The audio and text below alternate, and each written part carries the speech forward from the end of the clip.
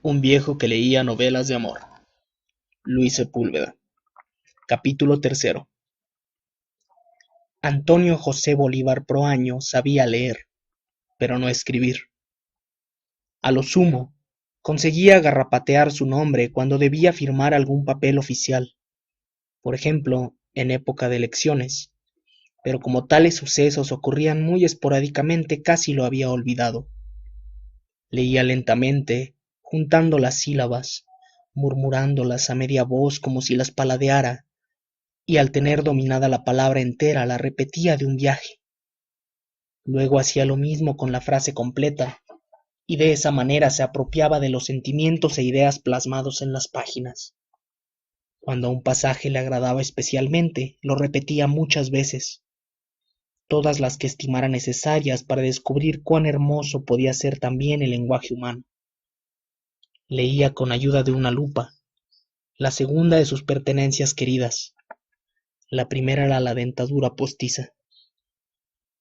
Habitaba una choza de cañas de unos 10 metros cuadrados en los que ordenaba el escaso mobiliario, la hamaca de yute, el cajón cervecero sosteniendo la hornilla de queroseno y una mesa alta, muy alta, porque cuando sintió por primera vez dolores en la espalda, supo que los años se le echaban encima y decidió sentarse lo menos posible. Construyó entonces la mesa de patas largas que le servía para comer de pie y para leer sus novelas de amor. La choza estaba protegida por una techumbre de paja tejida y tenía una ventana abierta al río. Frente a ella se arrimaba la alta mesa. Junto a la puerta colgaba una deshilachada toalla y la barra de jabón renovada 2 veces al año. Se trataba de un buen jabón con penetrante olor a sebo, y lavaba bien la ropa, los platos, los tiestos de la cocina, el cabello y el cuerpo. En un muro, a los pies de la hamaca, colgaba un retrato retocado por un artista serrano, y en él se veía a una pareja joven. El hombre, Antonio José Bolívar Proaño, vestía un traje azul riguroso, camisa blanca y una corbata listada que sólo existió en la imaginación del retratista.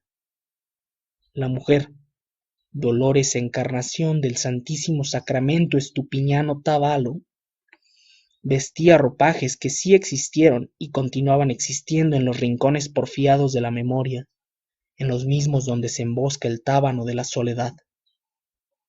Una mantilla de terciopelo azul confería dignidad a la cabeza sin ocultar del todo la brillante cabellera negra, partida al medio, en un viaje vegetal hacia la espalda.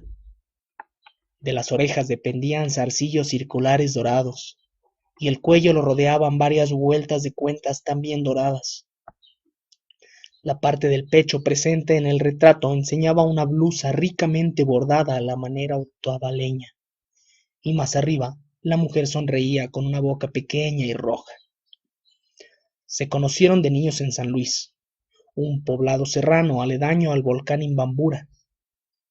Tenían 13 años cuando los comprometieron, y luego de una fiesta celebrada 2 años más tarde, de la que no participaron mayormente, inhibidos ante la idea de estar metidos en una aventura que les quedaba grande, resultó que estaban casados.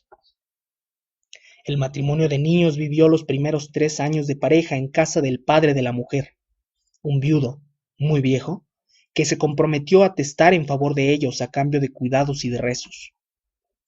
Al morir el viejo, rodeaban los 19 años y heredaron unos pocos metros de tierra, insuficientes para el sustento de una familia, además de algunos animales caseros que sucumbieron con los gastos del velorio. Pasaba el tiempo. El hombre cultivaba la propiedad familiar y trabajaba en terrenos de otros propietarios. Vivían con apenas lo imprescindible, y lo único que les sobraba eran los comentarios, maledicientes que no lo tocaban a él, pero se ensañaban con Dolores Encarnación del Santísimo Sacramento Estupiñano Tábalo. La mujer no se embarazaba. Cada mes recibía con odiosa puntualidad sus sangres, y tras cada periodo menstrual aumentaba el aislamiento. Nació yerma, decían algunas viejas. Yo le vi las primeras sangres, en ellas venían guarizapos muertos, aseguraba otra. Está muerta por dentro. ¿Para qué sirve una mujer así? Comentaban. Antonio José Bolívar Proaño intentaba consolarla y viajaban de curandero en curandero probando toda clase de hierbas y ungüentos de la fertilidad. Todo era en vano. Mes a mes la mujer se escondía en un rincón de la casa para recibir el flujo de la deshonra. Decidieron abandonar la sierra cuando al hombre le propusieron una solución indignante. Puede que seas tú quien falla. Tienes que dejarla sola en las fiestas de San Luis. Le proponían llevarla a los festejos de junio, obligarla a participar del baile y de la gran borrachera colectiva que ocurría apenas se marchara el cura. Entonces todos continuarían bebiendo tirados en el piso de la iglesia hasta que el aguardiente de caña, el puro salido generoso de los trapiches, ocasionara una confusión de cuerpos al amparo de la oscuridad. Antonio José Bolívar Proaño se negó a la posibilidad de ser padre de un hijo de carnaval. Por otra parte, había escuchado acerca de un plan de colonización de la Amazonía. El gobierno prometía grandes extensiones de tierra y ayuda técnica a cambio de poblar territorios disputados al Perú. Tal vez un cambio de clima corregiría la anormalidad padecida por uno de los dos. Poco antes de las festividades de San Luis reunieron las escasas pertenencias, cerraron la casa y emprendieron el viaje. Llegar hasta el puerto fluvial de El Dorado les llevó 2 semanas.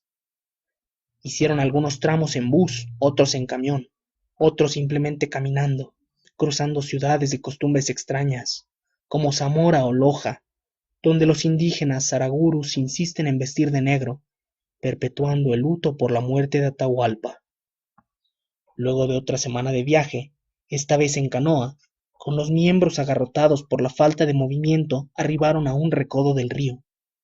La única construcción era una enorme choza de calaminas que hacía de oficina, bodega de semillas y herramientas y vivienda de los recién llegados colonos. Eso era el idilio. Ahí, tras un breve trámite, les entregaron un papel pomposantemente sellado que los acreditaba como colonos. Les asignaron 2 hectáreas de selva, un par de machetes, unas palas, unos costales de semillas devoradas por el gorgojo y la promesa de un apoyo técnico que no llegaría jamás. La pareja se dio a la tarea de construir precariamente una choza y enseguida se lanzaron a desbrozar el monte. Trabajando desde el alba hasta el atardecer arrancaban un árbol, unas lianas, unas plantas, y al amanecer del día siguiente las veían crecer de nuevo con vigor vengativo. Al llegar la primera estación de las lluvias, se les terminaron las provisiones y no sabían qué hacer. Algunos colonos tenían armas, viejas escopetas, pero los animales del monte eran rápidos y astutos.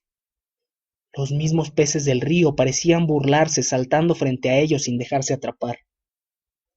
Aislados por las lluvias, por esos vendavales que no conocían, se consumían en la desesperación de saberse condenados a esperar un milagro, contemplando la incesante crecida del río y su paso arrastrando troncos y animales hinchados. Empezaron a morir los primeros colonos. Unos por comer frutas desconocidas, otros atacados por fiebres rápidas y fulminantes. Otros desaparecían en la alargada panza de una boa quebrantahuesos que primero los envolvía, los trituraba, y luego los engullía en un prolongado y horrendo proceso de ingestión.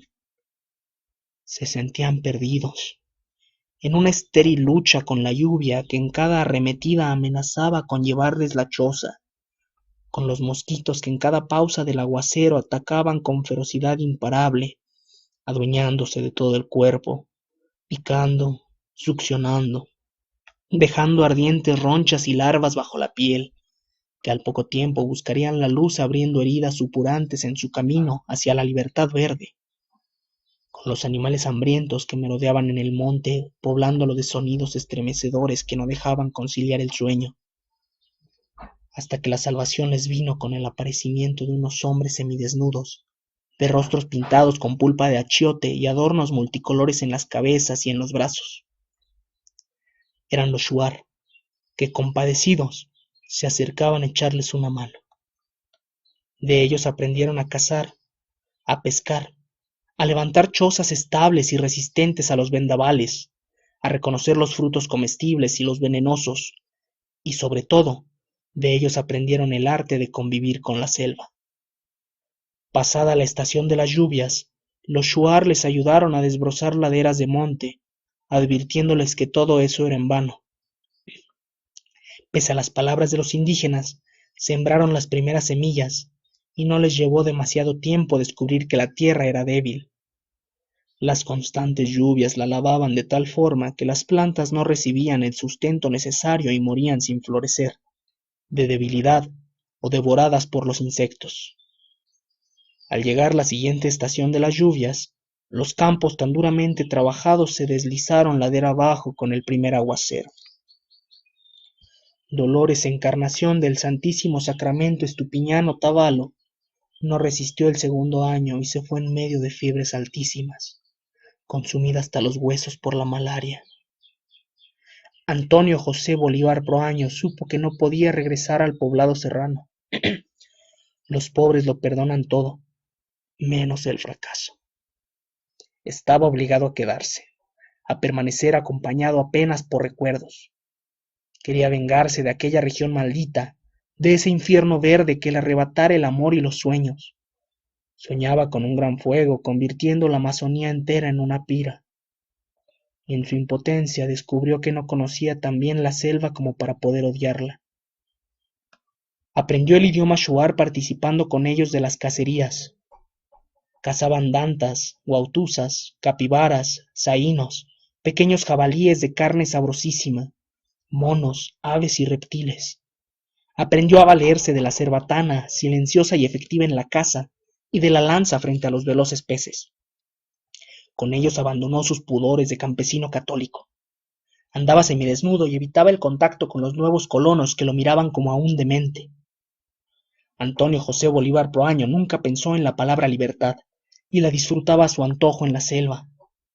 Por más que intentara revivir su proyecto de odio, no dejaba de sentirse a gusto en aquel mundo, hasta que lo fue olvidando, seducido por las invitaciones de aquellos parajes sin límites y sin dueños. Comía en cuanto sentía hambre, seleccionaba los frutos más sabrosos, rechazaba ciertos peces por parecerle lentos, rastreaba a un animal de monte y al tenerlo a tiro de cerbatana su apetito cambiaba de opinión.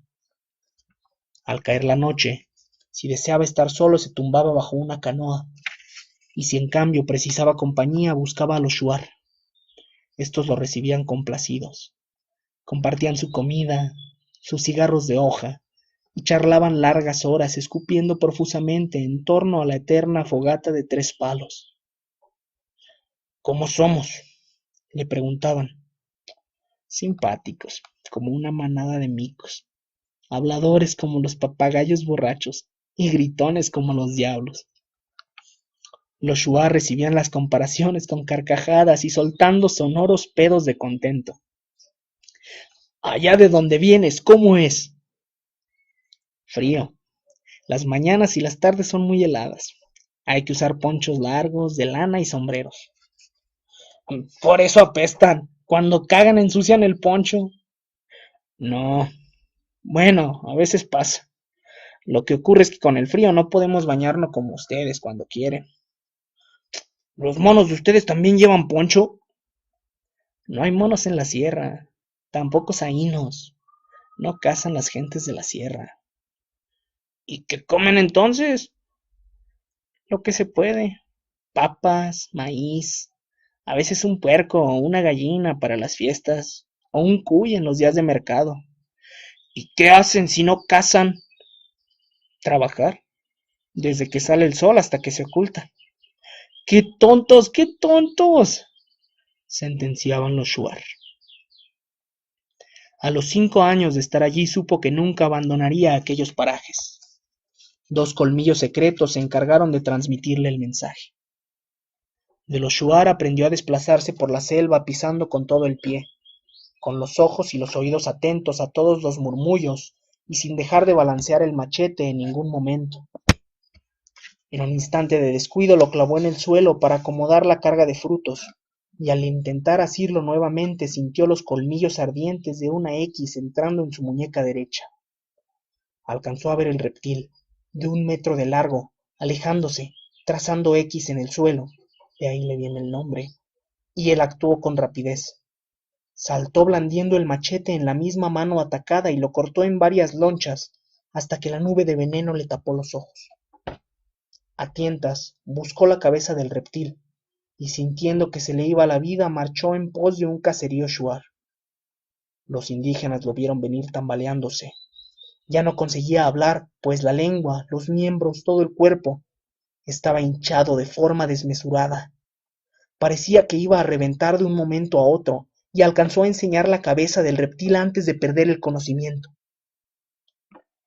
Despertó pasados varios días con el cuerpo todavía hinchado y tiritando de pies a cabeza cuando lo abandonaban las fiebres. Un brujo shuar le devolvió la salud en un lento proceso curativo. Brebajes de hierbas lo aliviaron del veneno.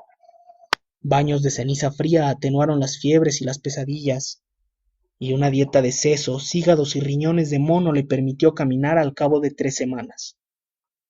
Durante la convalecencia le prohibieron alejarse del caserío, y las mujeres se mostraron rigurosas con el tratamiento para lavar el cuerpo.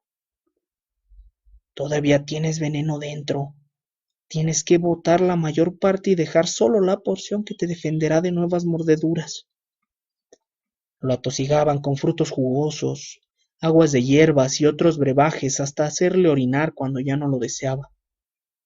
Al verlo totalmente repuesto, los shuar se le acercaron con obsequios.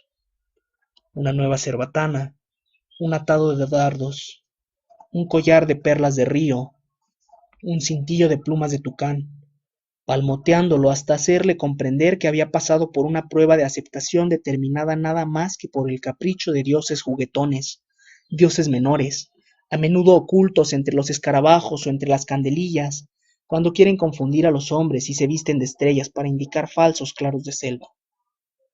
Sin dejar de homenajearlo, le pintaron el cuerpo con los colores tornasolados de la boa y le pidieron que danzara con ellos. Era uno de los contados sobrevivientes a una mordedura de X, y eso había que celebrarlo con la fiesta de la serpiente. Al final de la celebración bebió por primera vez la anatema, el dulce licor alucinógeno preparado con raíces hervidas de ayahuasca, y en el sueño alucinado se vio a sí mismo como parte innegable de esos lugares en perpetuo cambio, como un pelo más de aquel infinito cuerpo verde, pensando y sintiendo como un shuar, y se descubrió de pronto vistiendo los atuendos del cazador experto, siguiendo huellas de un animal inexplicable, sin forma ni tamaño, sin olor y sin sonidos, pero dotado de 2 brillantes ojos amarillos. Fue una señal indescifrable que le ordenó quedarse, y así lo hizo. Más tarde tomó un compadre, Mushiño, un shuar llegado también de lejos, tanto que la descripción de su lugar de origen se extraviaba entre los ríos afluentes del Gran Marañón. Mushiño llegó un día con una herida de bala en la espalda, recuerdo de una expedición civilizadora de los militares peruanos. Llegó sin conocimiento y casi desangrado, luego de penosos días de navegación a la deriva. Los shuar de Shumbi lo curaron y, una vez repuesto, le permitieron quedarse, pues la hermandad de sangre así lo permitía. Juntos recorrían la espesura. Mushiño era fuerte, dotado de una cintura estrecha y anchos hombros, nadaba desafiando a los delfines de río y estaba siempre de excelente humor. Se les veía trasteando una presa grande, meditando acerca del color de las boñigas dejadas por el animal, y al estar seguros de tenerlo, Antonio José Bolívar esperaba en un claro de selva mientras Mushiño sacaba a la presa de la espesura, obligándola a marchar al encuentro del dardo envenenado. A veces cazaban algún zaino para los colonos, y el dinero que recibían de ellos no tenía otro valor que el de cambio por un machete nuevo o por un costal de sal. Cuando no cazaba en compañía del compadre Mushiño, se dedicaba a rastrear serpientes venenosas. Sabía rodearlas, silbando un tono agudo que las desorientaba hasta acercarse a ellas, tenerlas frente a frente. Ahí, repetía con un brazo los movimientos del reptil hasta confundirlo, hasta pasar de la repetición a efectuar él los movimientos que el reptil repetía hipnotizado. Entonces el otro brazo actuaba certero. La mano cogía por el cuello a la sorprendida serpiente y la obligaba a soltar todas las gotas de veneno, enterrando los colmillos en el borde de una calabaza hueca. Caída la última gotita, el reptil aflojaba sus anillos, sin fuerzas para seguir odiando o entendiendo que su odio era inútil, y Antonio José Bolívar lo arrojaba con desprecio entre el follaje. Pagaban bien por el veneno. Cada medio año aparecía el agente de un laboratorio donde preparaban suero antiofídico a comprar los frascos mortales. Algunas veces el reptil resultó ser más rápido, pero no le importó. Sabía que se hincharía como un sapo y que deliraría de fiebres unos días, pero luego vendría el momento del desquite. Estaba inmune y gustaba de fanfarronear entre los colonos enseñando los brazos cubiertos de cicatrices. La vida en la selva templó cada detalle de su cuerpo. Adquirió músculos felinos que con el paso de los años se volvieron correosos. Sabía tanto de la selva como un shuar. Era tan buen rastreador como un shuar. Nadaba tan bien como un shuar. En definitiva, era como uno de ellos, pero no era uno de ellos. Por esa razón debía marcharse cada cierto tiempo porque, le explicaban, era bueno que no fuera uno de ellos. Deseaban verlo, tenerlo, y también deseaban sentir su ausencia, la tristeza de no poder hablarle, y el vuelco jubiloso en el corazón al verle aparecer de nuevo. Las estaciones de lluvias y de bonanza se sucedían. Entre estación y estación conoció los ritos y los secretos de aquel pueblo. Participó del diario homenaje a las cabezas reducidas de los enemigos muertos como guerreros dignos, y acompañando a sus anfitriones entonaba los anents, los poemas cantos de gratitud por el valor transmitido y los deseos de una paz duradera. Compartió el festín generoso ofrecido por los viejos que decidían, llegada la hora de marcharse, y cuando éstos se adormecían bajo los efectos de la chicha y del anatema, en medio de felices visiones alucinadas que les abrían las puertas de futuras existencias ya delineadas, ayudó a llevarlos hasta una choza alejada y a cubrir sus cuerpos con la dulcísima miel de chonta. Al día siguiente, entonando anents de saludos hacia aquellas nuevas vidas, ahora con forma de peces, mariposas o animales sabios, participó del reunir huesos blancos, limpísimos, los innecesarios despojos de los ancianos transportados a las otras vidas por las mandíbulas implacables de las hormigas añango. Durante su vida entre los shuar no precisó de las novelas de amor para conocerlo. No era uno de ellos, y por lo tanto no podía tener esposas, pero como uno de ellos, de tal manera que el shuar anfitrión, durante la estación de las lluvias, le rogaba aceptar a una de sus mujeres para mayor orgullo de su casta y de su casa. La mujer ofrendada lo conducía hasta la orilla. Ahí, entonando anents, lo lavaba, adornaba y perfumaba, para regresar a la choza a retosar sobre una estera, con los pies en alto, suavemente entibiados por una fogata, sin dejar en ningún momento de entonar anents, poemas nasales que describían la belleza de sus cuerpos y la alegría del placer aumentando infinitamente por la magia de la descripción. Era el amor puro, sin más fin que el amor mismo, sin posesión y sin celos. Nadie consigue atar un trueno, y nadie consigue apropiarse de los cielos del otro en el momento del abandono. Así le explicó una vez el compadre Nuchiño. Viendo pasar el río Nangaritza, hubiera podido pensar que el tiempo esquivaba aquel rincón amazónico, pero las aves sabían que poderosas lenguas avanzaban desde occidente hurgando en el cuerpo de la selva. Enormes máquinas abrían caminos y los shuar aumentaron su movilidad. Ya no permanecían los 3 años acostumbrados en un mismo lugar, para luego desplazarse y permitir la recuperación de la naturaleza. Entre estación y estación cargaban con sus chozas y los huesos de sus muertos, alejándose de los extraños que aparecían ocupando las riberas del Nangaritza. Llegaban más colonos, ahora llamados con promesas de desarrollo ganadero y maderero. Con ellos llegaba también el alcohol desprovisto de ritual y, por ende, la degeneración de los más débiles. Y, sobre todo, aumentaba la peste de los buscadores de oro, individuos sin escrúpulos, venidos desde todos los confines, sin otro norte que una riqueza rápida. Los shuar se movían hacia el oriente, buscando la intimidad de las selvas impenetrables. Una mañana, Antonio José Bolívar descubrió que envejecía al errar un tiro de cerbatana. También le llegaba el momento de marcharse. Tomó la decisión de instalarse en el idilio y vivir de la caza. Se sabía incapaz de determinar el instante de su propia muerte y dejarse devorar por las hormigas. Además, si lo conseguía, sería una ceremonia triste. Él era como ellos, pero no uno de ellos, así que no tendría ni fiesta ni lejanía alucinada.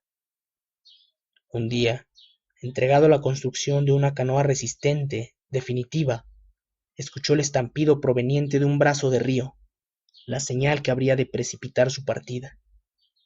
Corrió al lugar de la explosión y encontró a un grupo de shuar llorando. Le indicaron la masa de peces muertos en la superficie y al grupo de extraños que desde la playa les apuntaban con armas de fuego. Era un grupo integrado por 5 aventureros, quienes, para ganar una vía de corriente, habían volado con dinamita el dique de contención donde desovaban los peces. Todo ocurrió muy rápido. Los blancos, nerviosos ante la llegada de más shuar, dispararon alcanzando a 2 indígenas y emprendieron la fuga en su embarcación. Él supo que los blancos estaban perdidos. Los shuar tomaron un atajo. Los esperaron en un paso estrecho y desde ahí fueron presas fáciles para los dardos envenenados. Uno de ellos, sin embargo, consiguió saltar. Nadó hasta la orilla opuesta y se perdió en la espesura. Recién entonces se preocupó de los shuar caídos. Uno había muerto con la cabeza destrozada por la perdigonada a corta distancia, y el otro agonizaba con el pecho abierto. Era su compadre Nuchiño. Mala manera de marcharse, musitó, en una mueca de dolor. Nuchiño, y con mano temblorosa le indicó su calabaza de curare. No mire tranquilo, compadre. Andaré como un triste pájaro ciego, a choques con los árboles, mientras su cabeza no cuelgue de una rama seca. Ayúdame, compadre. Los shuar lo rodearon. Él conocía las costumbres de los blancos, y las débiles palabras de Nuchiño le decían que llegaba el momento de pagar la deuda contraída cuando lo salvaron luego de la mordedura de la serpiente. Le pareció justo pagar la deuda, y armado de una cerbatana cruzó a nado el río, lanzándose por primera vez a la caza del hombre. No le costó dar con el rastro. El buscador de oro, en su desesperación, dejaba huellas tan nítidas que ni siquiera precisó buscarlas. A los pocos minutos lo encontró aterrorizado frente a una boa dormida. ¿Por qué lo hicieron? ¿Por qué dispararon? El hombre le apuntó con su escopeta. ¡Los jíbaros! ¿Dónde están los jíbaros? Al otro lado, no te siguen. Aliviado, el buscador de oro bajó el arma y él aprovechó la situación para acertarle un golpe con la cerbatana. Le dio mal. El buscador de oro vaciló sin llegar a desplomarse y no tuvo más remedio que echársele encima. Era un hombre fuerte, pero finalmente, tras forcejear, logró arrebatarle la escopeta. Nunca antes tuvo un arma de fuego en sus manos, pero al ver cómo el hombre echaba mano al machete, intuyó el lugar preciso donde debía poner el dedo, y la detonación provocó un revoloteo de pájaros asustados. Asombrado ante la potencia del disparo, se acercó al hombre. Había recibido la doble perdigonada en pleno vientre y se revolcaba de dolor. Sin hacer caso de los alaridos, le ató por los tobillos, lo arrastró hasta la orilla del río, y al dar las primeras brazadas sintió que el infeliz ya estaba muerto. En la ribera opuesta lo esperaban los shuar. Se apresuraron en ayudarle a salir del río, mas al ver el cadáver del buscador de oro, irrumpieron en un llanto desconsolado que no atinó a explicarse.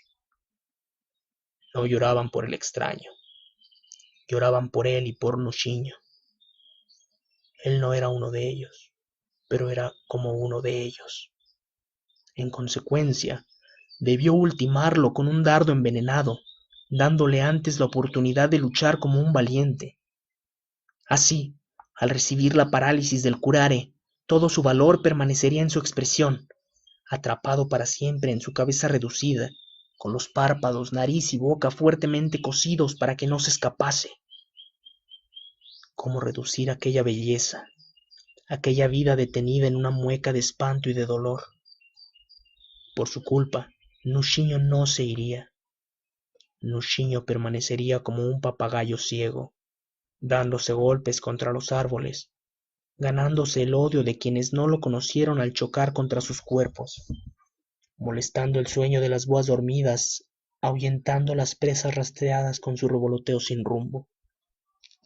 Se había deshonrado, y al hacerlo era responsable de la eterna desdicha de su compadre. Sin dejar de llorar, le entregaron la mejor canoa. Sin dejar de llorar lo abrazaron, le entregaron provisiones y le dijeron que desde ese momento no era más bienvenido. Podría pasar por los caseríos Shuar, pero no tenía derecho a detenerse. Los Shuar empujaron la canoa y enseguida borraron sus huellas de la playa. Un viejo que leía novelas de amor, Luis Sepúlveda.